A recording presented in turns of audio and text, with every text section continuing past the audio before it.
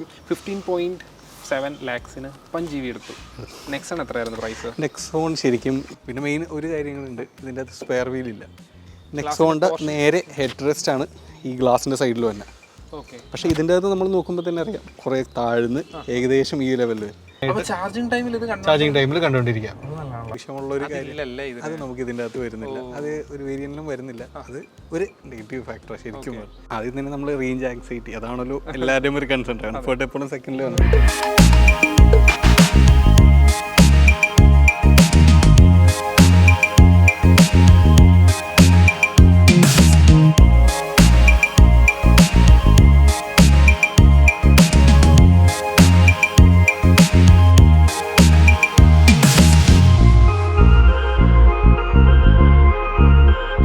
Hello friends, വാക്ക് വിത്ത് നെഫിൻ്റെ ഏറ്റവും പുതിയ എപ്പിസോഡിലേക്ക് സ്വാഗതം. നമ്മൾ യൂസർ എക്സ്പീരിയൻസ് ചെയ്യാൻ തുടങ്ങിയിട്ട് കുറച്ച് വർഷങ്ങളായിട്ടുണ്ട്. അപ്പം കുറേ നമ്മൾ ഇൻട്രോ പറഞ്ഞ് നീട്ടുന്നു എന്ന് പറഞ്ഞ് കുറച്ച് കമൻറ്റ്സ് നമ്മുടെ ചില വീഡിയോസിൽ കാണാറുണ്ട്. അത് പ്രകാരം നമ്മുടെ ഇനിയുള്ള വീഡിയോയിൽ നമ്മൾ ഇൻട്രോ വളരെ വെട്ടിച്ചുരുക്കി നേരെ ഡയറക്റ്റ് ക്വസ്റ്റ്യൻസിലോട്ടും ആൻസേഴ്സിലോട്ടും മാക്സിമം ഷോർട്ട് ആക്കിയിട്ട് ചെയ്യാനാണ് നമ്മൾ ഇനിയും ചെയ്യാൻ ആഗ്രഹിക്കുന്നത്. അതനുസരിച്ച് നമുക്ക് ആദ്യത്തെ വീഡിയോ തുടങ്ങാം. ഓക്കെ, അപ്പം നമ്മൾ പഞ്ച് EV ആണ് കൊണ്ടുവന്നിരിക്കുന്നത്. പഞ്ച് EV അറിയാം, എല്ലാവരും കുറേ നാളുകൊണ്ട് നോക്കിയിരിക്കുന്ന ഒരു മോഡലാണ് പഞ്ച് EV എന്ന് പറഞ്ഞാൽ. ടാറ്റ ടിയാഗോ, നെക്സൺ EV ഒക്കെ EV മാർക്കറ്റ് ഭരിച്ചുകൊണ്ടിരിക്കുന്നു. അപ്പോൾ പഞ്ച് EVയുടെ വരവ് ടാറ്റ നല്ല സക്സസ്ഫുൾ ആയിട്ടിരുന്ന സമയത്ത് തന്നെയാണ്. മറ്റ് കോമ്പറ്റേറ്റേഴ്സ് ഉണ്ടെങ്കിലും ആവശ്യക്കാരെന്തായാലും പഞ്ച് EVയിലോട്ട് തന്നെ വരും. അങ്ങനെ പഞ്ച് EVയിലോട്ട് വന്ന ഒരു ആവശ്യക്കാരൻ്റെ യൂസർ എക്സ്പീരിയൻസ് പറയാനല്ല, ഫസ്റ്റ് ഇംപ്രഷനാണ് നമ്മൾ ഇന്നത്തെ വീഡിയോയിൽ നമ്മൾ ചോദിക്കാൻ പോകുന്നത്. അപ്പോൾ ഇതിൻ്റെ യൂസറിൻ്റെ വീഡിയോയിലേക്ക് സ്വാഗതം ചെയ്യാം. ഇപ്പോൾ പഞ്ച് EVയുടെ ഓണർ ഇതാണ്, മാനുവൽ എന്നാണ് ബ്രോയുടെ പേര്. ഹൈ ബ്രോ, ചാനൽ ബ്രോ എന്ത് ചെയ്യുന്നു? ഞാൻ ആംഫിനോൾ എന്ന കമ്പനിയിൽ വർക്ക് ചെയ്യാണ്. ഓക്കെ, ഞാൻ അവിടെ എഞ്ചിനീയറിംഗ് സെക്ഷനിലാണ് വർക്ക് ചെയ്യുന്നത്. ഓക്കെ, അതാണ് എൻ്റെ മെയിനായിട്ടുള്ള. അതുകൂടാണ്ട് ഞാൻ ട്രാവലൊക്കെ പ്ലാൻ ചെയ്ത് കൊടുക്കാറുണ്ട്. മെയിൻലി ഒരു ട്രാവൽ സപ്പോർട്ട് എന്നുള്ള രീതിയിൽ എല്ലാവരും, അതായത് ഒരു യാത്ര പോകാൻ ആഗ്രഹിക്കുന്നവർ ഒരു ഐഡിയ പറഞ്ഞു കഴിഞ്ഞാൽ ഒരു ഐറ്റിനറി പ്രിപ്പയർ ചെയ്ത് അവിടുത്തെ എല്ലാ ബുക്കിങ്സ് അടക്കം എല്ലാം ഒരു എന്ന് വെച്ചാൽ എല്ലാവരും ട്രാവൽ ചെയ്യണം എന്നുള്ള ഇതിൽ ബഡ്ജറ്റ് ആണെങ്കിൽ ഞാൻ പൊതുവേ ട്രാവൽ ചെയ്ത എല്ലാ സ്ഥലത്തേക്കും ഞാൻ ആൾക്കാരെ ഇതുപോലെ ചെയ്യാറുണ്ട്. ട്രാവൽ ചെയ്യാറുള്ള വർഷങ്ങളായിട്ട് ഇന്റർനാഷണൽ പോയി എല്ലാം ആർക്കാണ് ഞാൻ സാധാരണ ഒരു ഇതായിട്ടല്ല, ഞാൻ എപ്പോഴും ഒരു ട്രാവൽ പാർട്ട്ണർ എന്നുള്ള രീതിയിൽ എൻ്റെ നമ്പറായിട്ടാണ് എല്ലാവരും കൊടുക്കുന്നത്. നമുക്കിപ്പോൾ എല്ലാ പാക്കേജ് എന്ന് പറയുമ്പോൾ ഭയങ്കര ഒരു പൈസ ആണ് എല്ലാവരും ചാർജ് ചെയ്യണം. ഒന്നുമില്ലാണ്ട് നമുക്ക് സപ്പോർട്ടായിട്ട് A to Z എന്താണെന്ന് വെച്ചാൽ പറഞ്ഞു കൊടുക്കുക. എന്ത് ചോദിച്ചാലും ഫാമിലി എല്ലാവർക്കും ഇങ്ങനെ ചെയ്ത് കൊടുക്കുക. നമ്പർ ഞാൻ താഴെ നിന്ന് കൊടുത്തേക്കാം, നിങ്ങൾക്ക് അങ്ങനെ വേണമെന്നുണ്ടെങ്കിൽ ജസ്റ്റ് ഒന്ന് കോൺടാക്ട് ചെയ്യുക. നമുക്ക് പഞ്ച് EVയിലോട്ട് വരാം. പഞ്ച് EV എന്തുകൊണ്ട് എടുത്തു ആദ്യമേ ചോദിക്കുകയാണ്.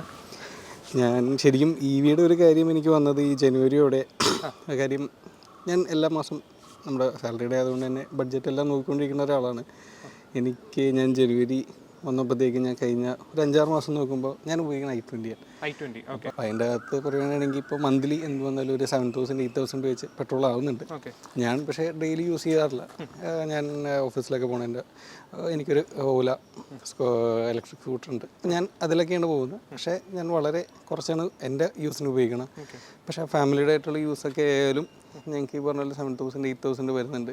അപ്പോൾ അത് എങ്ങനെ നമുക്ക് ഓർക്കും എന്നുള്ള രീതിയിലാണ് ഞാൻ ജനുവരിയിൽ ആലോചിച്ച് തുടങ്ങിയത്. ഇലക്ട്രിക്കാണ് പിന്നുള്ളൊരു വഴി എന്നുള്ളത് വന്ന്. അപ്പോൾ പിന്നെ സെക്കൻഡറി വണ്ടിയായിട്ട് വേണോ പ്രൈമറി വണ്ടി വേണോ എന്നുള്ള രീതിയിലൊക്കെ തുടങ്ങി. മെയിൻലി പിന്നെ ഉള്ള പാരൻസ് ഈ വണ്ടി കൊണ്ട് പോണതിനേക്കാളും നല്ലത് സീറ്റിംഗ് പൊസിഷൻ എന്നുള്ളൊരു മെയിൻ കൺസേൺ ആണ് ആദ്യം വന്നത്. i20 എന്നുള്ള താഴ്ന്നാണ്. അപ്പോൾ അത് അപ്പോൾ അവർ ഇതുപോലെ i20 എന്നുള്ളൊരു അവരും ഇതുപോലെ സ്ഥിരം യാത്ര ചെയ്യണവരാണ്. അപ്പോൾ ഫാമിലിയായിട്ട് നിങ്ങൾ പറയാം. അപ്പോൾ യാത്രകളിൽ പണ്ട് അവരൊറ്റയ്ക്ക് പോകാറ് അങ്ങനെ എല്ലാവരും യാത്ര ചെയ്യുന്നവരാണ്. അപ്പോൾ അവർക്ക് ഇതും കൊണ്ട് ലോങ് പോകുന്നത് ഇപ്പം പഴയ പോലെ പറ്റുന്നില്ല.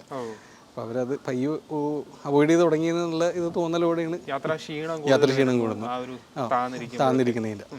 പക്ഷെ എനിക്കത് തോന്നിയിട്ടില്ല. അപ്പോൾ അതിൻ്റെ ഇടയ്ക്ക് ഇലക്ട്രിക് വാഹനം സംബന്ധിച്ചൊരു കാര്യം പറഞ്ഞോട്ടെ. ഇപ്പോഴും ഇലക്ട്രിക് വാഹനങ്ങൾ വാങ്ങുന്നതിൽ നിന്ന് കുറച്ച് പേർക്ക് കൺസേൺ ആയിട്ടുള്ളൊരു കാര്യമാണ് ഇതിൻ്റെ ചാർജിങ് കാര്യങ്ങളൊക്കെ.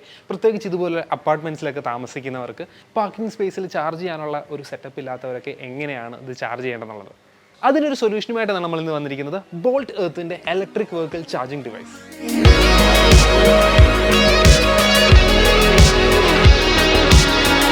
ഇതൊരു 3.3 kW AC ചാർജറാണ്. 2 വീലേഴ്സ് 3 വീലേഴ്സ് 4 വീലേഴ്സ് അങ്ങനെ എല്ലാത്തിനും യൂസ് ചെയ്യാൻ പറ്റുന്ന ഒരു safer electric vehicle charging device ആണ്. ഇതൊരു ആപ്പ് ബേസ്ഡ് ചാർജർ ആയതുകൊണ്ട് തന്നെ ഇതിൽ എഴുതിയേക്കുന്ന പോലെ നേരെ വരിക, സ്കാൻ, പേ, ചാർജ്. ഇതിൽ കണക്ട് ചെയ്ത് ചാർജ് ചെയ്യാനുള്ള ഓപ്ഷനാണുള്ളത്. ഇതിൻ്റെ ഏറ്റവും വലിയൊരു ഗുണം ഇതൊരു ഇൻകം സോഴ്സും കൂടെ ആക്കാൻ പറ്റും എന്നുള്ളതാണ്. ഇത് പ്രൈവറ്റായിട്ടും പബ്ലിക്കായിട്ടും രജിസ്റ്റർ ചെയ്യാൻ പറ്റും. പ്രൈവറ്റായിട്ട് യൂസ് ചെയ്യുന്നവർക്ക് നോർമലി വീട്ടിൽ യൂസ് ചെയ്യാം, അല്ലെങ്കിൽ അവരുടെ ഷോപ്പിലോ എല്ലാം സ്വന്തം ആവശ്യങ്ങൾക്കായിട്ട് യൂസ് ചെയ്യാം. അതുപോലെ പബ്ലിക്കായിട്ട് രജിസ്റ്റർ ചെയ്യുന്നവർക്ക് ഇതുപോലെ അപ്പാർട്ട്മെൻറ്റ്സിൻ്റെ പാർക്കിങ്സിലോ അല്ലെങ്കിൽ അവരുടെ സ്വന്തം ഷോപ്സിലോ റിസോർട്ട്സിലോ റെസ്റ്റോറൻറ്റ്സിലോ ഒക്കെ ഇത് ഇൻസ്റ്റാൾ ചെയ്യാനായിട്ടുള്ള ഓപ്ഷൻ ഉണ്ട്. അതിൻ്റെ ഒരു ഇൻകം വേ എന്ന് പറഞ്ഞു കഴിഞ്ഞാൽ പുറത്തുനിന്ന് ആര് വന്ന് ചാർജ് ചെയ്താലും അതിൻ്റെ ഇൻകം മൊത്തം അതിൻ്റെ യൂസറിനായിരിക്കും പോകുന്നത്. യൂസറിന് എത്ര എമൗണ്ട് ഒരു യൂണിറ്റിന് കൊടുക്കാം എന്നുള്ളത് അവർക്ക് നിശ്ചയിക്കാം. ഈ ഒരു കമ്പനിക്ക് അതിൻ്റെ യാതൊരു പ്രോഫിറ്റും നൽകേണ്ടതില്ല വൺസ് നിങ്ങളിത് പർച്ചേസ് ചെയ്ത് കഴിഞ്ഞാൽ. ഇതൊരു ഇലക്ട്രിക് യുഗമായിക്കൊണ്ടിരിക്കുന്ന സമയത്ത് മിക്ക റെസ്റ്റോറൻറ്റ്സിലും ഇതിൻ്റെ വളരെ ആവശ്യമുണ്ട്. അതുപോലെ അപ്പാർട്ട്മെൻറ്റ്സിൻ്റെ പാർക്കിങ്സിൽ ഇത് വളരെ ആവശ്യമാണ്.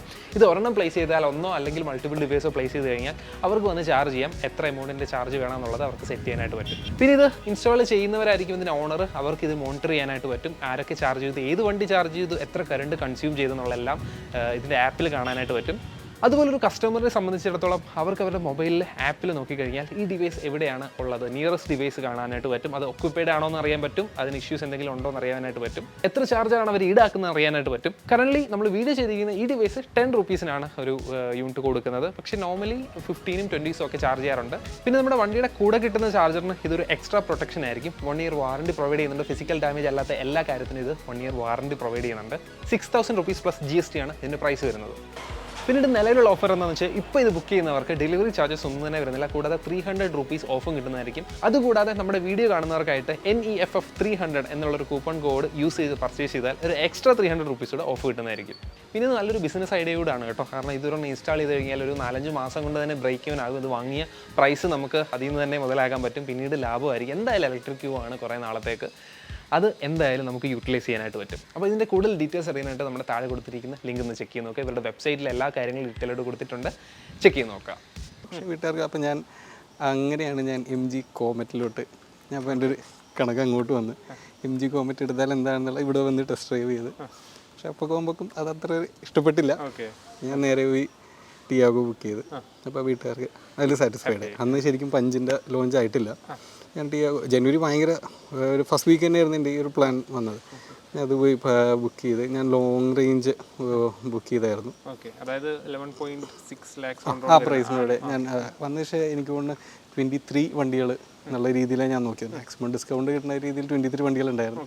അങ്ങനെ ഞാൻ നോക്കിയപ്പോൾ അത് ഒരെണ്ണം ഒത്തു വന്ന് അങ്ങനെ നിൽക്കുന്ന സമയത്താണ് പഞ്ചിൻ്റെ ലോഞ്ച് കാണുന്നത്. അതിൻ്റെ അകത്തൊരു അപ്പോഴും ഒരു എനിക്ക് ഭയങ്കര തോട്ട്സ് ഉണ്ടായിരുന്നു. i20ലേക്ക് പോകുമ്പോൾ ഡൗൺ ഗ്രേഡ് ആണോ അതാണോ ഇതാണോ. പക്ഷേ എന്നാലും ഒരു EV എന്ന പ്രൈമറി ആയിട്ട് അത് ഉപയോഗിക്കുള്ളൂ. പിന്നെ നമുക്ക് വേറെ ചോയ്സ് ഇല്ല. കാര്യം ഞാൻ പിന്നെ മറ്റേ EC3 നോക്കിയായിരുന്നു. പക്ഷെ അതും അന്നിൻ്റെ ബഡ്ജറ്റ് എന്ന് പറയുന്നത് നമ്മൾ ഇതിൽ ഈ പറഞ്ഞാൽ നമ്മൾ അത്ര പ്രതീക്ഷിക്കുന്നില്ല. Citroen EC3. അപ്പോൾ നമ്മളത് പ്രതീക്ഷിച്ചപ്പോൾ പിന്നെ അതിൻ്റെ അകത്ത് ഞാൻ ബേസ് തന്നെ നോക്കിയപ്പോൾ ഫീച്ചേഴ്സ് ഒന്നുമില്ല. പിന്നെ 13 എത്രയാണ് നെക്സ്റ്റ് വേരിയൻറ്റ്. അന്ന് 2 വേരിയൻറ്റ് ഉണ്ടായിരുന്നുള്ളൂ എന്നാണ് എൻ്റെ ഒരു ഓർമ്മ. പിന്നെ അത് ജസ്റ്റ് ഞങ്ങൾ പോകുന്ന വഴിക്ക് ഷോറൂം അവിടെ വഴി അടുത്തായതുകൊണ്ട് അവിടെ പോയി നോക്കി എന്നല്ലാണ്ട് അധികം ഡീറ്റെയിൽ ഒന്നും പോയില്ല. പിന്നെ നേരെ പോയി ടിയാഗോ ബുക്ക് ചെയ്തു. വീട്ടിൽ വന്നവർ ആക്ച്വലി എല്ലാവരും ഹാപ്പിയായി. നമുക്കും ഭയങ്കര സന്തോഷമായി. അങ്ങനെ അപ്പോൾ നമുക്ക് മെയിൻ എന്നുള്ള രീതിയിലാണ് ഹാപ്പി. എല്ലാം കഴിഞ്ഞ് കുഴപ്പമില്ല. അപ്പോഴാണ് പഞ്ചിൻ്റെ അവർ ലോഞ്ച് ചെയ്തത്. ലോഞ്ച് ചെയ്തപ്പോൾ തന്നെ എനിക്കിഷ്ടപ്പെട്ടു. അപ്പോഴും പ്രൈസ് റിവീൽ ആയിട്ടില്ല. എനിക്കൊന്ന് 10 days കഴിഞ്ഞിട്ടാണ് പ്രൈസ് റിവീൽ ആയത്. അപ്പോൾ അപ്പോഴും നമുക്കറിയില്ല. കാര്യം 2023 വണ്ടി എനിക്ക് വേണ്ടി ഹോൾഡ് ഒന്നും ചെയ്ത് വെച്ചിട്ടുണ്ട്. ടിയാഗോ കിടക്കുന്നുണ്ട്. അപ്പോൾ എനിക്കിത് മിസ്സായി കഴിഞ്ഞാൽ ഞാൻ അതിലേക്ക് കാര്യം അന്ന് 23 അത്യാവശ്യം നല്ല ഓഫറിൽ എനിക്ക് വന്നത്. അപ്പോൾ അത് മിസ്സാവുന്നത്. അപ്പോൾ ഞാൻ ചോദിച്ചപ്പോൾ പപ്പയുടെ അടുത്തായാലും വരുന്നത് ആലോചിച്ചോ എന്നുള്ള രീതിയിൽ നോക്കി.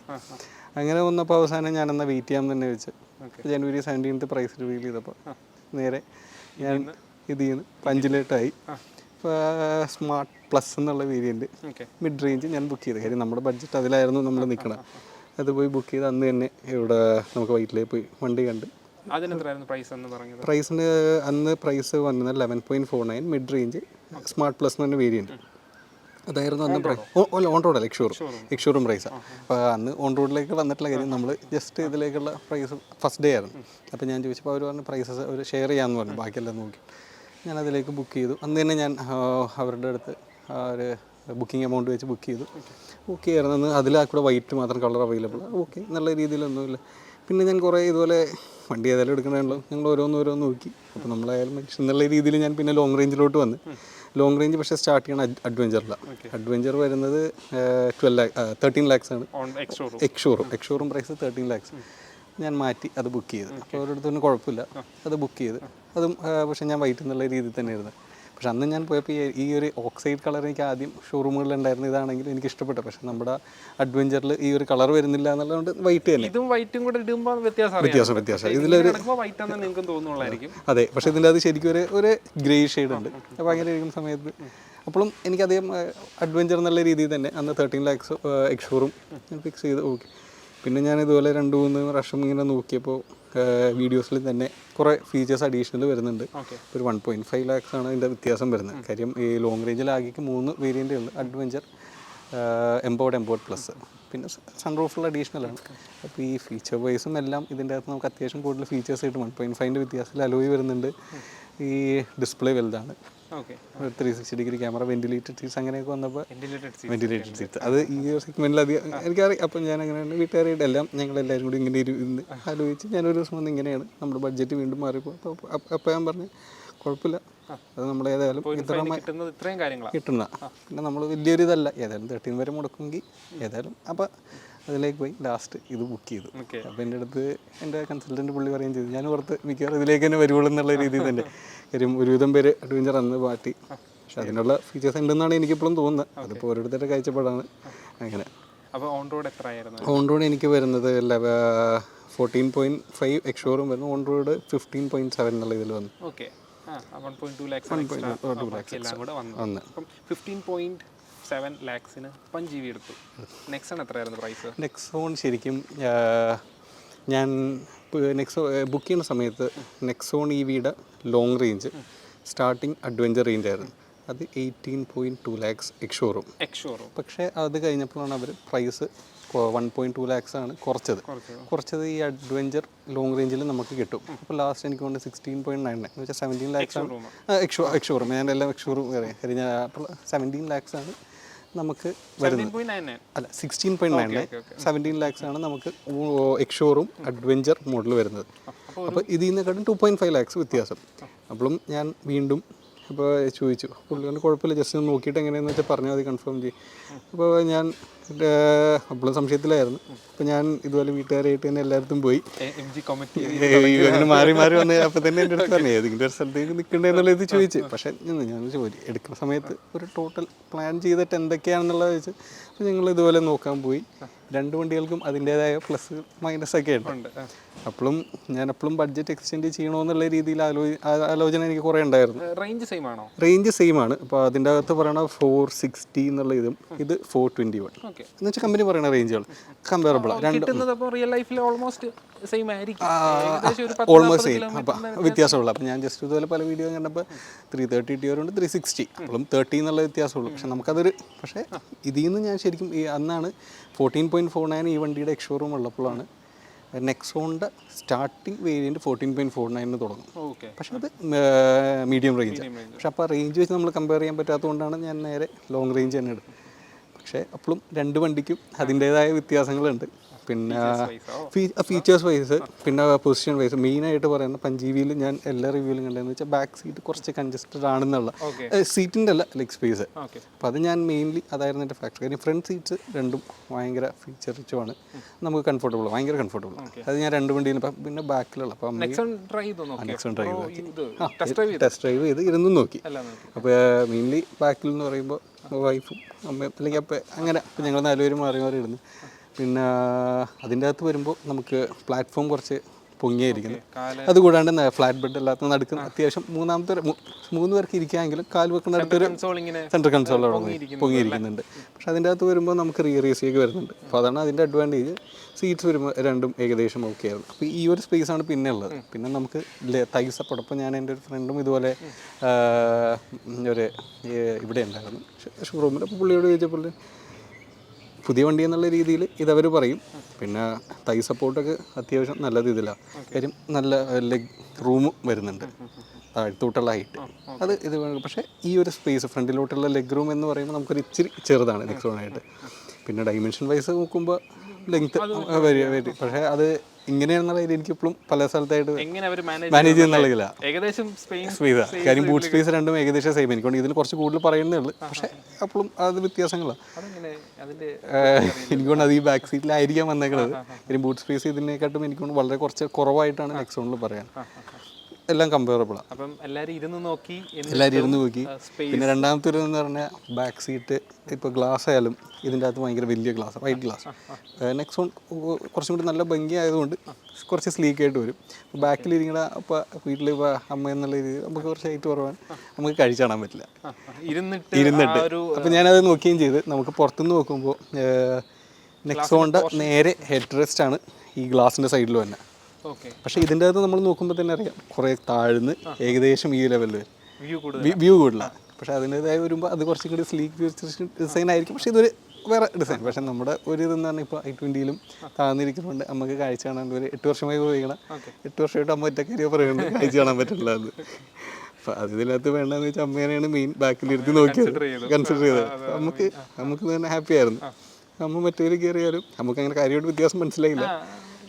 രണ്ടും ഒരു വണ്ടിയാണോ എന്ന് തന്നെ ചോദിച്ചത് കാര്യം. പക്ഷേ ഇതിൽ കുറച്ചും കൂടി കംഫർട്ടബിൾ ആണെന്ന് പറഞ്ഞു. പിന്നെ ഞാൻ രണ്ടാമെന്നുള്ള തോട്ടോടെ വേണ്ടാന്ന് വെച്ച് നേരെ 5 GB ബുക്ക് ചെയ്ത് ബുക്കിംഗ് കൺഫർമേഷൻ ചെയ്ത് വണ്ടി വന്നോട്ടെ എന്നുള്ള രീതിയിൽ തന്നെ. അന്ന് ഞാൻ 2-3 വർഷം മാറ്റിയത് കൊണ്ട് തന്നെ അവർ വെയിറ്റിംഗ് പീരീഡ് ആയിട്ടായിരുന്നില്ല. അവരന്ന് എൻ്റെ അടുത്ത് പറഞ്ഞിട്ട് അവിടെ നിന്ന് കമ്പനിയിൽ നിന്ന് വണ്ടി ഇതുവരെയായിട്ടും കയറണ്ടായിരുന്നില്ല. അപ്പം അങ്ങനെയല്ല. പക്ഷേ എനിക്ക് ആദ്യത്തെ ബുക്കിംഗ് ഉള്ളത് കൊണ്ട് കുറച്ച് പ്രിഫറൻസ് ഉണ്ടാവും എന്ന് പറഞ്ഞു. പക്ഷേ എനിക്ക് തോന്നുന്നു 2-3 ലോട്ട് കഴിഞ്ഞപ്പോൾ എനിക്ക് ചാസി നമ്പർ ഇടയ്ക്കും എനിക്ക് അയച്ചു തന്നു വണ്ടി അവിടെ നിന്ന് കയറേണ്ടത്.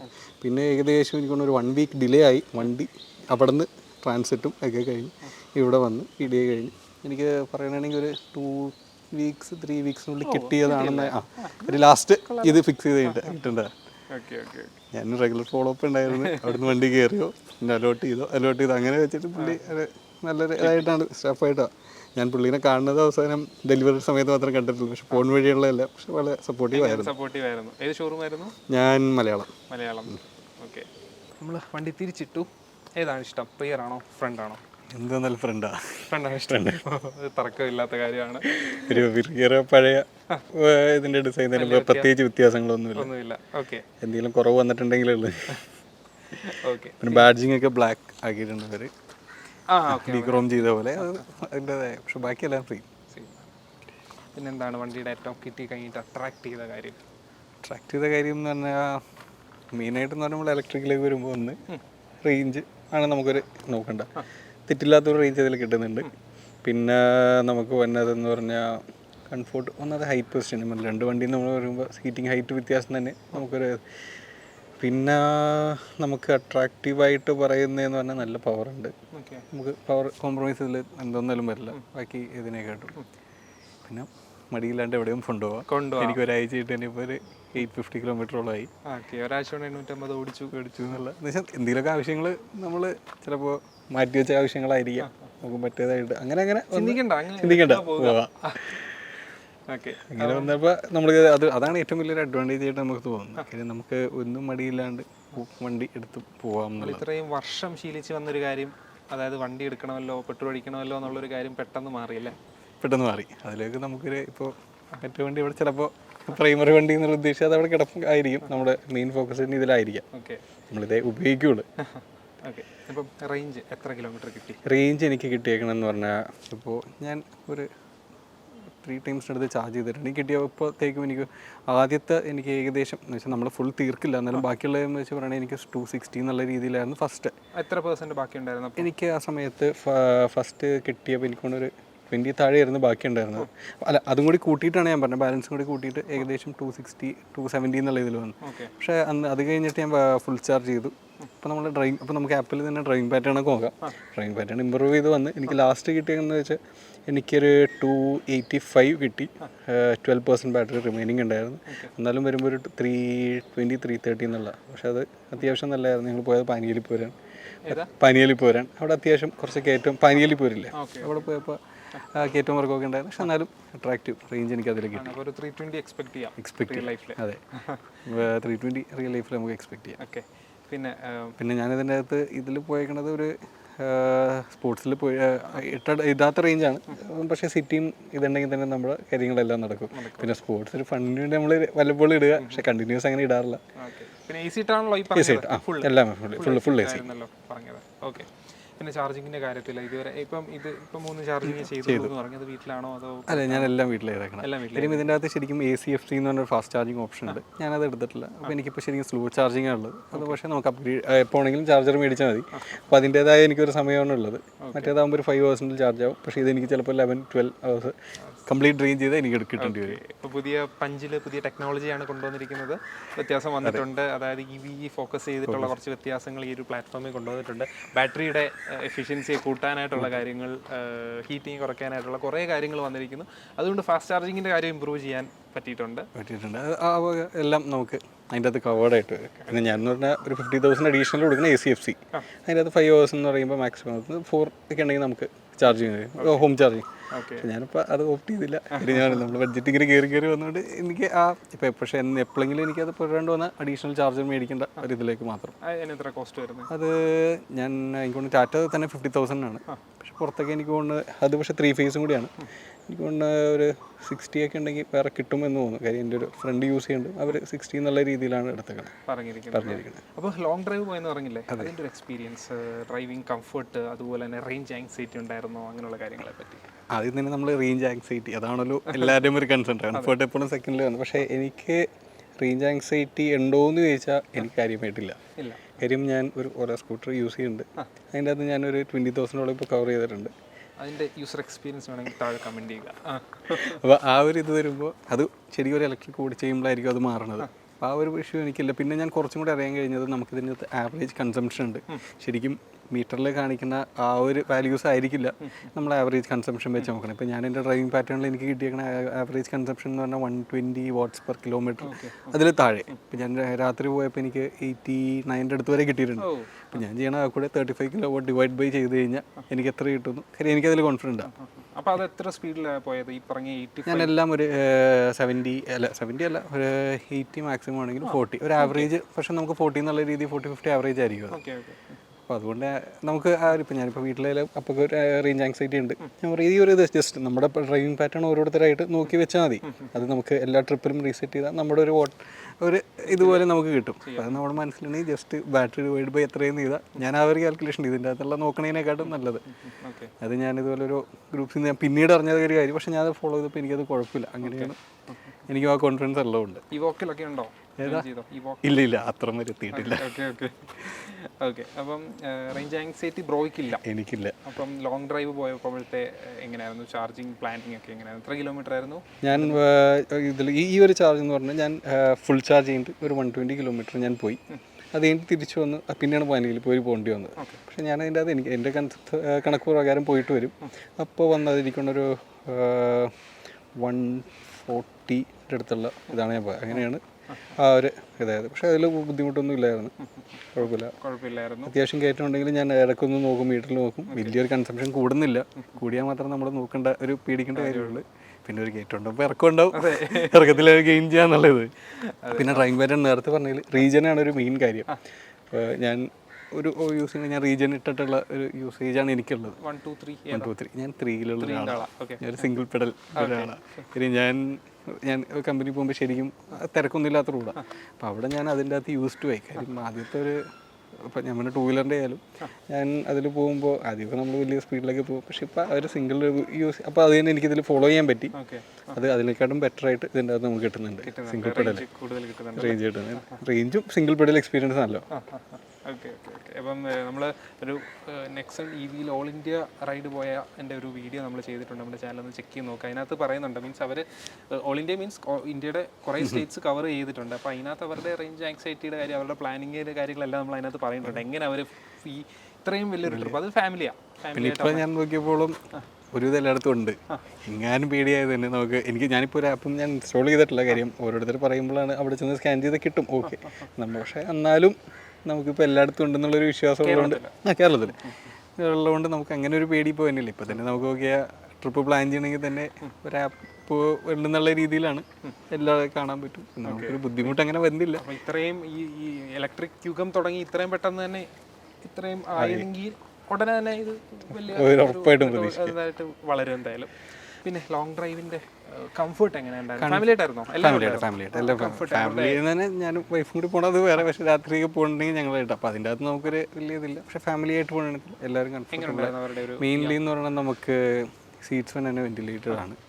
അത് നമ്മളൊരു എക്സ്പീരിയൻസ് ഉള്ളതുകൊണ്ട് നമ്മളത് ഇങ്ങനെ യൂസ് ചെയ്യുന്നു. പക്ഷെ എന്നാലും തണുപ്പും അങ്ങനത്തെ AC ബുദ്ധിമുട്ടുകളില്ല.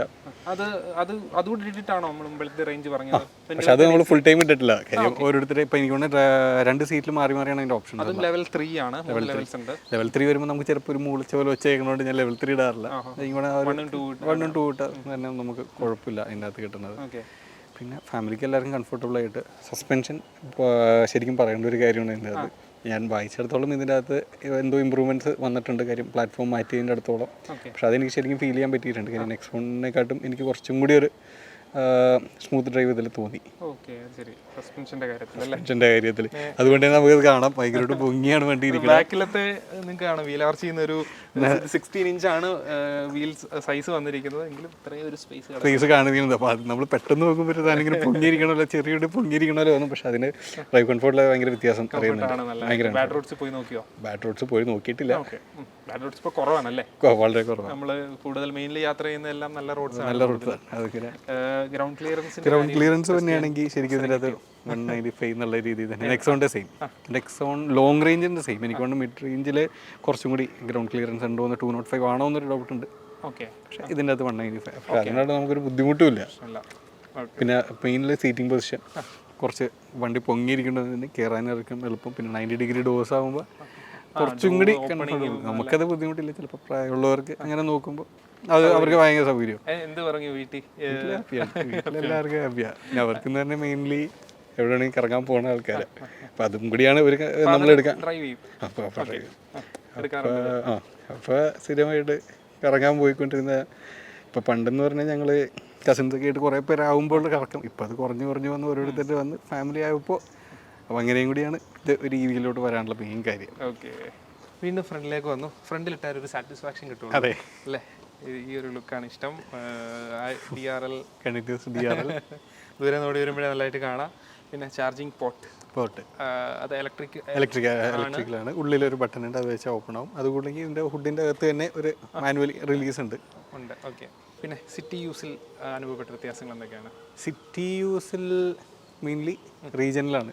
നമ്മൾ നേരത്തെ പറഞ്ഞത് റീജിയൻ ആയതുകൊണ്ട് തന്നെ സിറ്റി യൂസിൽ നമുക്ക് അത്ര ഒരു ബുദ്ധിമുട്ട് തോന്നില്ല. കാലെടുക്കുമ്പോൾ തന്നെ വണ്ടി അതിനനുസരിച്ച് ഇതാവും. പിന്നെ ഹോട്ട് ഹോൾഡ് ഉണ്ട്. ഹോട്ട് ഹോൾഡ് നമ്മൾ ഓണാക്കിയിട്ട് കഴിഞ്ഞാൽ കറക്റ്റ് ഇതുപോലെ തന്നെ നമ്മളിന്ന് ബ്രേക്ക് ഫുൾ വെച്ചു വണ്ടി അവിടെ നിന്നു.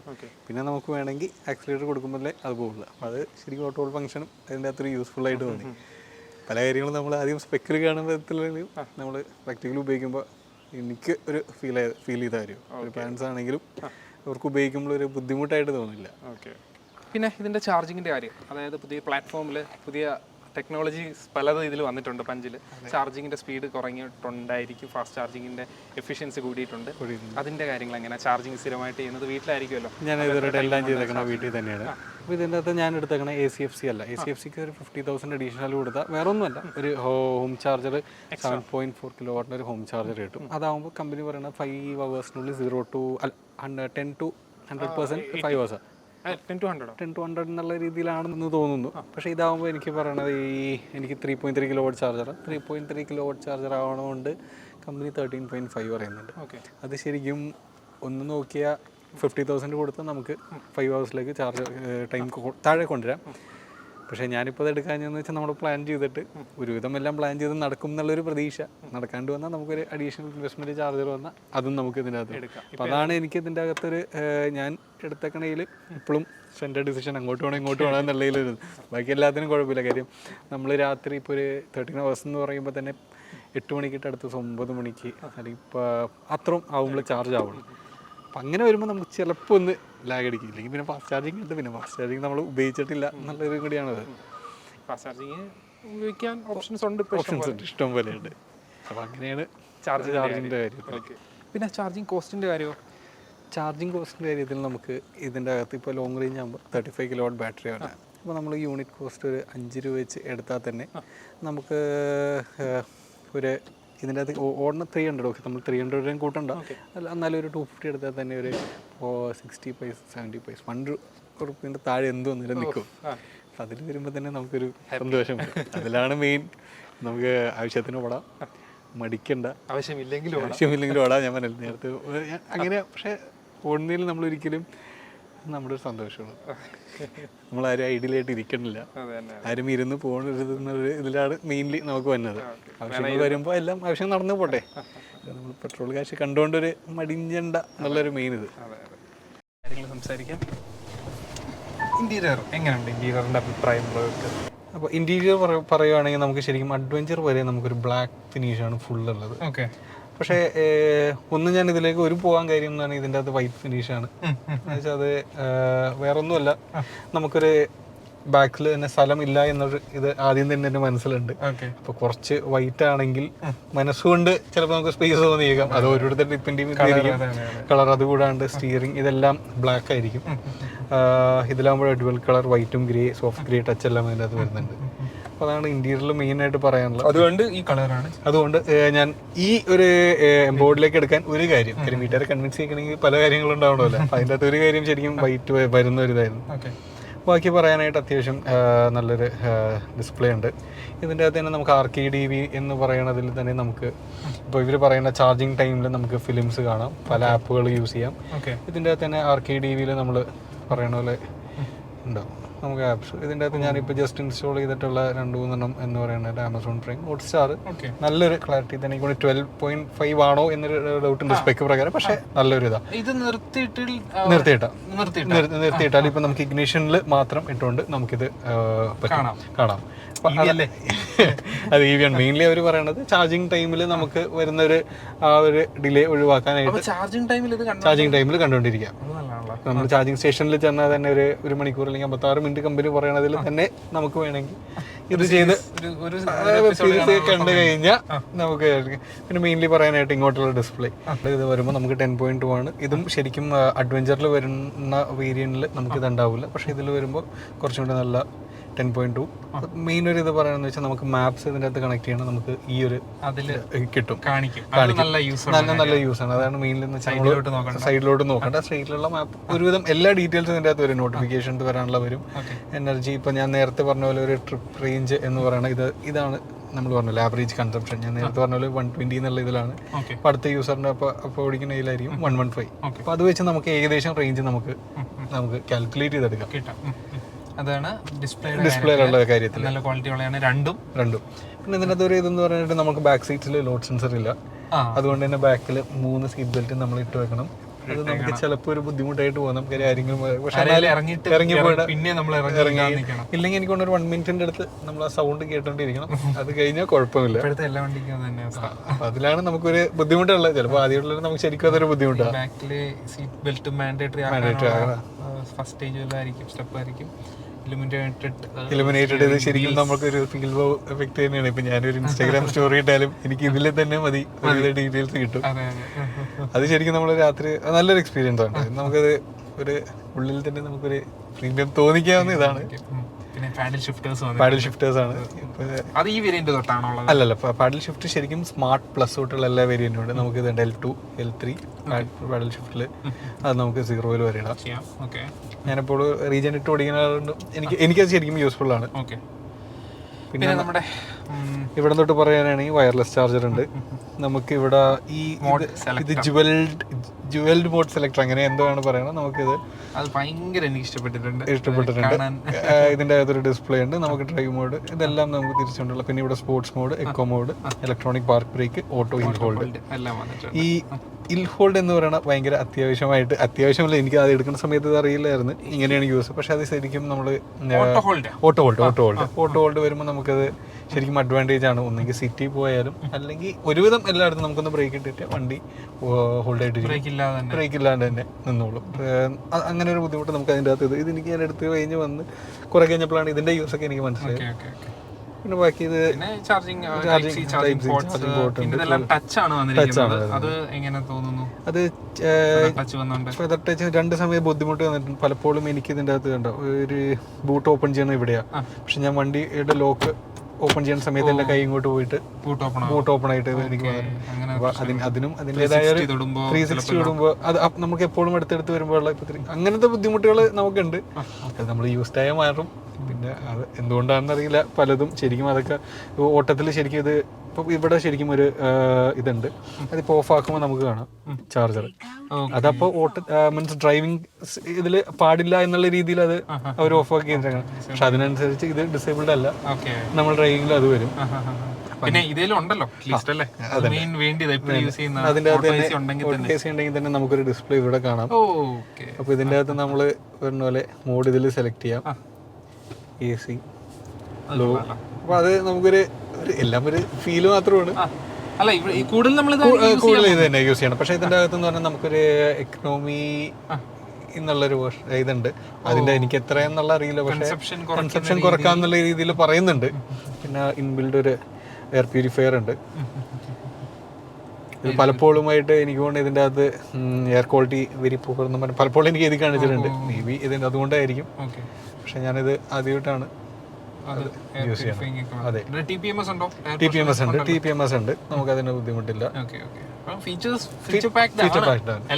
വെന്റിലേറ്റഡ് സീറ്റ്സ് ഉണ്ട്. നമുക്ക് ലെവൽ 3 3 ലെവലിൽ അഡ്ജസ്റ്റ് ചെയ്യാൻ പറ്റും. ലെവൽ 3 കിടക്കുന്നു. അങ്ങനെ ഫീച്ചർ പാക്ഡ് ആയിട്ട് പിന്നെ അത്യാവശ്യം ഡ്രൈവർ ആംറെസ്റ്റ്, റിയർ ആംറെസ്റ്റ് എല്ലാം വന്നിരിക്കുന്നു. അഡ്ജസ്റ്റബിൾ അഡ്ജസ്റ്റബിൾ ആണ് ബാക്കിൽ വന്നിരിക്കുന്നത്. സെൻട്രലിൽ ഇല്ലെന്നേ ഉള്ളൂ. പിന്നെ ഇതിന്റെ ഓട്ടോമാറ്റിക്. അതെ, ഇതിന്റെ പിന്നെ എന്ന് വെച്ചാൽ ഞാൻ കണ്ടേക്കുന്ന സ്മാർട്ട് വേരിയന്റ് തൊട്ടേ ഇതിന് ഡ്രൈവർ സീറ്റ് അഡ്ജസ്റ്റബിൾ ആണ്, ഹൈറ്റ് അഡ്ജസ്റ്റബിൾ. അത് ഞാൻ ഇല്ലില്ല, എല്ലാ വേരിയന്റും ഹൈറ്റ് അഡ്ജസ്റ്റബിൾ. ടിയാഗോയില് ശരിക്കും ഞാൻ ഉദ്ദേശിച്ച മോഡൽ എന്ന് പറയുന്നത് XTLR വരെ നമുക്കതില്ലായിരുന്നു. എന്നാലും ഇപ്പോൾ വൈഫിനോ അതോ പലർക്കും ഓടിക്കുമ്പോൾ വ്യത്യാസം ശരിക്കും അത് ആവശ്യം. പക്ഷേ ഇതിൻ്റെ അകത്ത് അത് സ്റ്റാൻഡേർഡ് ആയിട്ട് എല്ലാവരും ഉണ്ട്. പിന്നെ തന്നെ 6 എയർ ബാഗ്, അതും സ്റ്റാൻഡേർഡ് ആയിട്ട് കൊടുത്തിട്ടുണ്ട്. പിന്നെ എങ്ങനെയുണ്ട് സൗണ്ട് ക്വാളിറ്റി, സ്പീക്കർ ക്വാളിറ്റി? അത്യാവശ്യം നല്ലതാണ്. അത്യാവശ്യം എന്ന് പറഞ്ഞാൽ ഞാൻ എൻ്റെ യൂസ് പ്രകാരം അത്രയും നല്ലതാണ്. പിന്നെ വയർലെസ് കാർപ്ലേ ആണ്. നമ്മൾ ഒറ്റയടിക്ക് നേരെ കയറുക എന്നുള്ളതേ ഉള്ളൂ. വയർലെസ് കാർപ്ലേ അതിൻ്റെ അകത്ത് വരും. രണ്ടും ആൻഡ്രോയിഡ് ആണ്, ആപ്പിൾ ആയാലും രണ്ടും വയർലെസ് ആണ്. അഡ്വഞ്ചറിൽ ശരിക്കും വയർഡ് ആണ്. അപ്പോൾ അങ്ങനെയും ചില വ്യത്യാസങ്ങളാണ് നമുക്കുള്ളത്. പിന്നെ വിസിബിലിറ്റി എങ്ങനെയുണ്ട്? വിസിബിലിറ്റി ഇപ്പോൾ നമുക്ക് നോക്കുമ്പോൾ തന്നെ അറിയാം. എൻ്റെ പൊസിഷനിലായാലും എനിക്ക് ഫുഡിൻ്റെ രണ്ടും കാണാം. അപ്പോൾ ആ വണ്ടിയിൽ ചിലപ്പോൾ കാണാൻ പറ്റില്ല, ചെറിയ ബൾജിങ് ഉണ്ട്, ഉള്ളതുകൊണ്ട് അത് കാൽക്കുലേഷൻ കിട്ടും.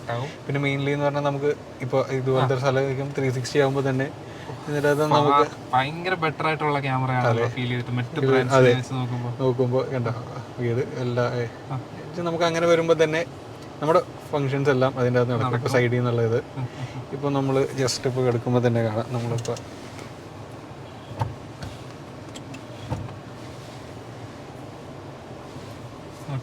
നമുക്ക് എല്ലാ എഡ്ജും കറക്റ്റ് ആയിട്ട് ആക്യുറേറ്റ് ആണ്.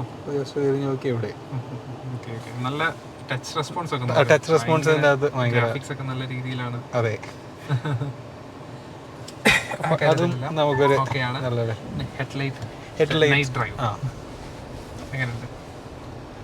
നൈറ്റ് ഡ്രൈവ് എന്ന് പറയുമ്പോൾ നമുക്ക് അതെ കാര്യം ഇതിൻ്റെ അകത്ത് നമുക്ക് ഹൈറ്റ് അഡ്ജസ്റ്റബിൾ ഉള്ളതുപോലെ തന്നെ അതിനകത്ത് നമുക്ക് ആപ്പിൽ കാണാൻ പറ്റും. ഞാൻ നൈറ്റ് ഡ്രൈവ് ചെയ്തതിൽ 24% ഞാൻ ഹെഡ് ലാമ്പ്സ് എന്ന് വെച്ചാൽ ഡിപ്പർ അല്ലാണ്ടുള്ളത് മെയിൻ ലൈറ്റ്സ് ഞാൻ ഉപയോഗിച്ചേക്കണം. അപ്പോൾ അത് നമുക്ക് അതിൻ്റെ അകത്ത് തന്നെ നമ്മുടെ ആപ്പിൽ അത് കാണിക്കും എത്ര പേഴ്സൺ നമ്മൾ ഉപയോഗിച്ച്. അത്യാവശ്യം നല്ല ബ്രൈറ്റ് ആണ്. ഇപ്പോൾ നേരത്തെ ഞാൻ ഉപയോഗിച്ച വണ്ടിയിൽ തന്നെ എനിക്ക് ഓപ്പോസിറ്റുള്ള വണ്ടികൾ നമുക്ക് ഹൈ അടിച്ചാലും തന്നെ ആരും മെയിൻ ചെയ്യാത്ത. പക്ഷേ ഇതിൻ്റെ അകത്ത് നമുക്ക് ഹൈ അടിക്കുമ്പോൾ ഓപ്പോസിറ്റ് വന്ന ആരായാലും നമുക്ക് അല്ലല്ല അത് പക്ഷേ അത് നമുക്കൊരു അഡ്വാൻറ്റേജ്. പക്ഷെ നല്ല വിസിബിലിറ്റി ഉണ്ട്. പിന്നെ കോർണറിങ് ലൈറ്റ്സ് അത് ശരി, അതൊക്കെ ഭയങ്കര ഉപകാരമുള്ള. വീട്ടിൽ നിന്ന് ഇറങ്ങുമ്പോൾ കോർണറിങ് ലൈറ്റ്സ് എന്ന് വെച്ചാൽ എവിടെ പോയാൽ ലെഫ്റ്റ് സൈഡ് ഫോഗ് ലാമ്പ്സ് വിത്ത് കോർണറിങ് ലൈറ്റ്സ് ഓണാവും. പിന്നെ ഒരു ഇതെന്ന് പറഞ്ഞാൽ ഡോറിൻ്റെ അടിയിൽ ലൈറ്റ്സ് വരുന്നുണ്ട്. അത് നമുക്ക് ഇറങ്ങുമ്പോൾ 2 ഡോസിൻ്റെ അടിയിലും ലൈറ്റ് വരുന്നുണ്ട്. അതെ, അത് ഒരു ഞാൻ അറിയാതെ ഇതിലകത്തൊക്കെ വന്നതാണ്. പിന്നെ ഞാൻ യൂസ്ഫുൾ ഫീച്ചറായിട്ട് നമുക്ക് കണ്ടതാണ്. നൈറ്റ് പോകുമ്പോൾ അത്യാവശ്യം ഇതെല്ലാം നമുക്ക് വേണ്ട. പിന്നെ ഇവിടെ എല്ലാം ലൈറ്റൊക്കെ വെച്ച് നമുക്കൊരു ആംബിയൻ ലൈറ്റിംഗ് ഇതിലില്ല. സൺറൂഫ് തന്നെ ഇതിനകത്ത് ആംബിയൻ ലൈറ്റിംഗ് ഉള്ളത്. ഈ മൊത്തം ക്ലസ്റ്റർ ലൈറ്റ്സ് നല്ലൊരു ഫീൽ ഗുഡ് വ്യൂ ആണ് അതെ cockpit ഫീൽ ഗുഡ് view അതെ എന്ന് പറയുന്നത്. കോക്പിറ്റ് വ്യൂ ഭയങ്കര രസമായിട്ടാണ് ടാറ്റ ഇതിൻ്റെ അതും ചെയ്തേക്കണം. എനിക്ക് നെക്സോൺ ഇതിലും കുറച്ച് വലിയ ഡിസ്പ്ലേ ആണ്, നെക്സോൺ ഇതിലും ഭംഗിയുണ്ട്. ഓക്കെ. അതും ക്വാളിറ്റി പോലൊക്കെ തന്നെയാണ്. അതെ തീം വരെ ഇതുപോലൊക്കെ തന്നെയാണ്. ഈ പറഞ്ഞ കുറച്ച് പ്രശ്നങ്ങളൊക്കെ ഉണ്ട്. ഫിറ്റ് ആൻഡ് ഫിനിഷിൻ്റെ അകത്ത് നമുക്ക് ചെറിയ അവിടെയൊക്കെ ആയിട്ട് ആദ്യം നമ്മൾ കാണുന്ന സ്റ്റിയറിംഗിൽ തന്നെ കുറച്ച് സംഭവങ്ങൾ നമുക്ക് കണ്ടുപിടിക്കാൻ പറ്റും. കോണേഴ്സ് ചെറുതായിട്ട് പുറത്തേക്ക് വരുന്നത് ഓക്കെ. റബ്ബർ പാർട്സിൽ പ്രശ്നങ്ങളുണ്ട്. അതൊക്കെ വെച്ച് കഴിഞ്ഞാൽ നല്ലൊരു ഉപയോഗിച്ച് കഴിഞ്ഞാൽ നല്ലൊരു ഇതാണ്. വേരിയന്റ് ആണ്. പിന്നെ നമ്മളൊരു ഇന്ത്യൻ ഇതിൻ്റെ അകത്ത് നമ്മളത് പ്രതീക്ഷിക്കുന്ന അങ്ങനെയല്ല, പക്ഷെ ഞാൻ പറഞ്ഞില്ല ഇമ്പ്രൂവ് ചെയ്യണം തീർച്ചയായും. കാരണം ആ പ്രൈസിൽ തന്നെ മറ്റ് ബ്രാൻഡ്സും ചെയ്യുന്നുണ്ട്. പിന്നെ പ്ലാസ്റ്റിക് ഇത് പറഞ്ഞാലും അതിൻ്റെതായ എനിക്കറിയില്ല അതെങ്ങനെയാണ് പറയണതെന്ന്. ഇപ്പോൾ നമുക്കത് ഫീൽ ചെയ്യുമ്പോഴുള്ള വ്യത്യാസങ്ങളായിരിക്കാം. പിന്നെ ഇവിടെ ഒന്നും ശരിക്കും അപ്പോൾ മറ്റു ഫാബ്രിക് ഒന്നും വരുന്നില്ല, എല്ലാം പ്ലാസ്റ്റിക് പാർട്സ് ആണ്. ഫാബ്രിക് ആ കൂടെ സീറ്റ് ഇപ്പോൾ ഇതിൽ തന്നെ വെന്റിലേറ്റഡ് സീറ്റ് ആയതുകൊണ്ട് സെന്റർ പോർഷൻ ശരിക്കും നമുക്ക് ലെതറാണ്, പക്ഷേ സൈഡ്സ് ഫാബ്രിക്കാണ്. പക്ഷെ ബാക്കിൽ ഫുൾ ലെതറാണ്. സിറ്റിംഗ് കംഫർട്ട് ഭയങ്കര ഓക്കെ. ഡ്രൈവിംഗ് ടൈ സപ്പോർട്ട് നല്ല ബാക്കിലും കിട്ടുന്നുണ്ട്, ഫ്രണ്ടിലും കിട്ടുന്നുണ്ട്. അത് തന്നെ നമുക്കൊരു വലിയ അഡ്വാൻറ്റേജ് ആണ്. ഇത് അത്യാവശ്യം നമ്മൾ ലോങ് പോയാൽ തന്നെ നമുക്ക് ഹാപ്പിയാണ്. സ്റ്റോറേജ് സ്പേസുകളെല്ലാം ഉണ്ട്. ബോട്ടിൽ സ്റ്റോറേജ് സ്പേസ് ആവശ്യത്തിൽ കൂടുതൽ എല്ലായിടത്തും കൊടുത്തിട്ടുണ്ട്. ഇവിടെ കപ്പ് ഹോൾഡേഴ്സ് ബോട്ടിലൊക്കെ വെക്കാൻ പറ്റും. ഇപ്പോൾ പന്തയും ഇവിടെ വെച്ചിട്ടുണ്ട്. കീ ഫാബ് വരാനുള്ള ഇതെല്ലാം എല്ലാം ഒതുക്കി ഭംഗിയായിട്ട് അവർ പ്ലേസ് ചെയ്തിട്ടുണ്ട്. അതാണ് നമുക്ക് ഇതിൻ്റെ അകത്ത് സംസാരിക്കാനുള്ളത്. ഡ്രൈവിംഗ് എക്സ്പീരിയൻസ് നമ്മൾ പറയേണ്ട കാര്യമില്ല. അപ്പം നമ്മളെല്ലാം സംസാരിച്ച് കഴിഞ്ഞു. ഡ്രൈവ് ചെയ്തുകൊണ്ട് പറയേണ്ട ആവശ്യമുണ്ടോ ഇല്ലെന്ന് തോന്നുന്നു. അപ്പം എല്ലാം നമ്മൾ കവർ ചെയ്തിട്ടുണ്ടെങ്കിൽ നമുക്ക് പുറത്ത് പോയി നെഗറ്റീവ്സ് ചോദിക്കാം, എന്നിട്ട് കൺക്ലൂഡ് ചെയ്യാം. ഓക്കെ. ഇനി നമുക്ക് നെഗറ്റീവ്സ് ആണ് അറിയേണ്ടത്. പഞ്ച് EV എടുത്തിട്ട് എന്തൊക്കെ നെഗറ്റീവ്സ് ഫീൽ ചെയ്തു, അല്ലെങ്കിൽ പോരാ മീൻസ് ഈ ഒരു പ്രൈസിന് കിട്ടാതിരുന്ന കാര്യങ്ങൾ ഇതുകൂടെ ഉണ്ടായിരുന്നെങ്കിൽ കൊള്ളാമായിരുന്നു തോന്നിയ കാര്യങ്ങൾ എന്തൊക്കെയുണ്ട്? മെയിനായിട്ട് നമ്മൾ പറയുമ്പോൾ ഈ ഒരു പ്രൈസിൽ ഒരു റീറേസ് ഇവന്റ് ശരിക്കും ആവശ്യമുള്ള ഒരു കാര്യമല്ലേ ഇത്. അത് നമുക്ക് ഇതിൻ്റെ അകത്ത് വരുന്നില്ല, അത് ഒരു വേരിയന്റിലും വരുന്നില്ല. അത് ഒരു നെഗറ്റീവ് ഫാക്ടറാണ് ശരിക്കും. പിന്നെ റിയർ ചാർജർ നമുക്ക് ഓക്കെ, അതൊക്കെ നമുക്ക് വേണ്ടാത്തൊരു കാര്യമാണ്. നമ്മൾ അഡീഷണൽ ഒരു പക്ഷേ റിയറേസ് ഇവന്റ് ശരിക്കും വെക്കാമായിരുന്നു. അത് ഇതിൻ്റെ അകത്ത് നമുക്ക് ഉള്ള ഫ്രണ്ടിലുള്ള തണുത്ത് വരാനുള്ള ഒരു ടൈം മാത്രം നമുക്ക് അത് ആദ്യത്തെ ഒരു കൂളിംഗ് എന്നുള്ള രീതിയിൽ ബാക്കിലോട്ട് വരാനുള്ള ആ ഒരു ലാഗ് കാര്യം നമ്മൾ അതെ നമ്മൾ 20 ഈ പറഞ്ഞ 8 വർഷം മുമ്പത്തേനും ബാക്കിൽ കൂളിംഗ് ഉണ്ട്. അപ്പോൾ അത് വെച്ച് കമ്പയർ ചെയ്യണമാകുമ്പോൾ നമുക്ക് വീട്ടുകാർക്ക് ആ ഒരു ഇതുണ്ട്. പക്ഷെ അത് ശരിക്കും അവർക്ക് അതും കൂടി കൊണ്ടുവരായിരുന്നതില്ല. അതേ ഉള്ളൂ ഉണ്ടായിരുന്നേക്കൊള്ളാമായിരുന്നു തോന്നിയ സംഭവം. ഫീച്ചേഴ്സ് വൈസ് നമുക്ക് അതാണ് മെയിൻ എന്ന് പറയണം. പിന്നെ അങ്ങനത്തെ ഒരെണ്ണത്തിലേക്ക് എനിക്ക് ചിന്തിച്ചിട്ടില്ല. പിന്നെ നമുക്ക് ഇമ്പ്രൂവ്മെൻറ്റ്സ് എന്ന് പറയാനായിട്ട് ഫിറ്റ് ആൻഡ് ഫിനിഷ് അത് നമ്മളിപ്പോൾ പറയുന്നില്ല കുറ്റമായിട്ട്. അല്ലെങ്കിൽ ഇന്ത്യൻ വരുന്നതിൻ്റെ അത് ഞാൻ അത്ര പ്രതീക്ഷിക്കുന്നുള്ളൂ. അതിൻ്റെ അത് കാര്യം ഞാൻ അത് ഓൾറെഡി എല്ലാവരും ഒരു പറഞ്ഞൊരു കാര്യമായിരുന്നു, അതുകൊണ്ട് ഞാൻ അതിൽ എക്സ്പെക്റ്റ് ചെയ്തില്ലായിരുന്നു. പക്ഷേ ഫിറ്റ് ആൻഡ് ഫിനിഷിൽ ഇപ്പോൾ പ്രശ്നമുണ്ട് ഉണ്ടോ എന്ന് ചോദിച്ചാൽ പലയിടത്തുമായിട്ട് നമുക്കത് ഭയങ്കര എവിഡൻ്റ്. ഇപ്പം നമ്മൾ നോക്കുമ്പോൾ തന്നെ പാനൽ ഗ്യാപ്സ് തന്നെ ഒരുതാണ്. പക്ഷെ നമ്മൾ ഞാൻ പോസിറ്റീവ്സ് കാണുന്നതുകൊണ്ട് ഞാൻ ചിലപ്പോൾ അതിലേക്ക് കണ്ണടച്ച് കളയണതാണ്. ഉള്ളിൽ തന്നെ ആയാലും നമുക്ക് അപ്പോൾസ്ട്രിയുടെ ഒക്കെ സൈഡിലായാലും ബാക്കിൽ താഴത്തേക്ക് സീറ്റിൻ്റെ അടിയിലേക്ക് വന്നെടുത്ത് ഒരു ചെറിയ ചുളിവ് എന്ന് പറഞ്ഞാൽ ഇപ്പോൾ അത് നമ്മൾ പെട്ടെന്ന് ഒരു പക്ഷേ ഫ്രണ്ടിൽ അത്യാവശ്യം ഓക്കെയാണ്. ബാക്കിലേക്ക് വരുമ്പോൾ നമുക്ക് അതിൻ്റേതായ ഒരു ഇത് തോന്നും. പിന്നെ നമ്മൾ മുമ്പേ കണ്ട ഡോറിൻ്റെ നമ്മൾ വന്ന ഡോറിൻ്റെ എന്ന് പറഞ്ഞാൽ ഫ്രണ്ട് ഡോറിൻ്റെ ഹാൻഡിൽ നമുക്കില്ല. ഫ്രണ്ട് കോ ഡ്രൈവർ സീറ്റിനുള്ള ഹാൻഡിൽ നമുക്കില്ല. അത് നമുക്ക് സ്പെക്കിൽ പറയുന്നുണ്ട് അതെങ്ങനെയുണ്ടെന്ന്. മുകളിലത്തെ ഹാൻഡിൽ സ്പെക്കിലുണ്ട്, അല്ലെങ്കിൽ മാനുവലിലും ഉണ്ട്, പക്ഷെ അത് ശരിക്കും ഇല്ല. പിന്നെ നമുക്ക് ബാക്കിൽ ഹാൻഡ് റെസ്റ്റിൽ നമുക്ക് ബോട്ടിൽ ഹോൾഡറൊക്കെ അതിലുണ്ട്, പക്ഷെ അത് വന്നിട്ടില്ല. അപ്പോൾ അതും അവർ പറയണ നെക്സോണിൻ്റെ സെയിം തന്നെ വന്ന സ്പെക്ക് അതിൽ നിന്ന് വന്നതാണെങ്കിലും മാനുവലാണെങ്കിലും, പക്ഷേ ശരിക്കും അതിൻ്റെ അകത്ത് ഇല്ല. അതാണ് നമുക്കിത് ഉള്ളത്. അല്ലാതെ ഞാൻ ചോദിച്ചത് മറ്റേ നമ്മൾ ഡോർ ഓപ്പൺ ആക്കിയപ്പോൾ കണ്ടില്ലേ മുകളിൽ ഫിറ്റ് ആൻഡ് ഫിനിഷിൻ്റെ കുറച്ച് ഇഷ്യൂസ്. ഡോറിൻ്റെ അവിടെ എങ്ങനെയാണെന്ന് വെച്ചാൽ നമുക്ക് ബാക്കിലത്തെ ബൂട്ട് ഓപ്പൺ ചെയ്യുമ്പോൾ ആ ഗ്ലാസ്സിന് ചുറ്റുമുള്ളത് എനിക്കൊണ്ട് ചിലപ്പോൾ അത് റബ്ബർ സ്റ്റിക്കിങ് എന്തെങ്കിലും ആയിരിക്കും, പക്ഷേ ആ അറ്റത്ത് നമുക്ക് ഭയങ്കര ഷാർപ്പ് എഡ്ജുകൾ എടുത്തെടുത്ത് കാണാൻ പറ്റും. അതുകൂടാണ്ട് അതിൻ്റേതായ ഒരു ഗം അല്ലെങ്കിൽ ഗ്ലൂ പുറത്തേക്ക് വന്നതായിട്ട് നമുക്ക് കാണാം, കുറേ ബ്ലാക്ക് ആയിട്ട്. അത് പിന്നെ ചെറുതായിട്ട് പറയുകയാണെങ്കിൽ നമ്മുടെ ഈ പാഡിങ് ഒക്കെ അതിൻ്റെ അകത്ത് ഒരു ഡബിൾ ക്ലാഡിങ്ങിൻ്റെ അവിടുത്തെ പ്രശ്നങ്ങൾ, പക്ഷെ അത് ഫിറ്റിൻ്റെ അത്ര കറക്റ്റ് ആയിട്ടുണ്ടാവും. അതൊക്കെയാണ്. പിന്നെ മെയിൻ ഒരു കാര്യങ്ങളുണ്ട്, ഇതിൻ്റെ അകത്ത് സ്പെയർ വീലില്ല. സ്പെയർ വീൽ ഇല്ല എന്ന് പറഞ്ഞാൽ അവർ ശരിക്കും ഞാനപ്പോൾ ജസ്റ്റ് ഒരു ദിവസം വെറുതെ ഊരി നോക്കിയപ്പോൾ ശരിക്കും സ്പെയർ വീൽ കൊടുക്കാണ്ട് ഫുൾ സ്ലോട്ട് അവിടെ ഉണ്ട്. അവരൊരു ഡമ്മി വെച്ച് അത് വെച്ചേക്കണം, മീൻസ് ഫുൾ ക്ലോഷർ ഒരു ഡമ്മി വെച്ച് ഉണ്ടാക്കിയേക്കണേ.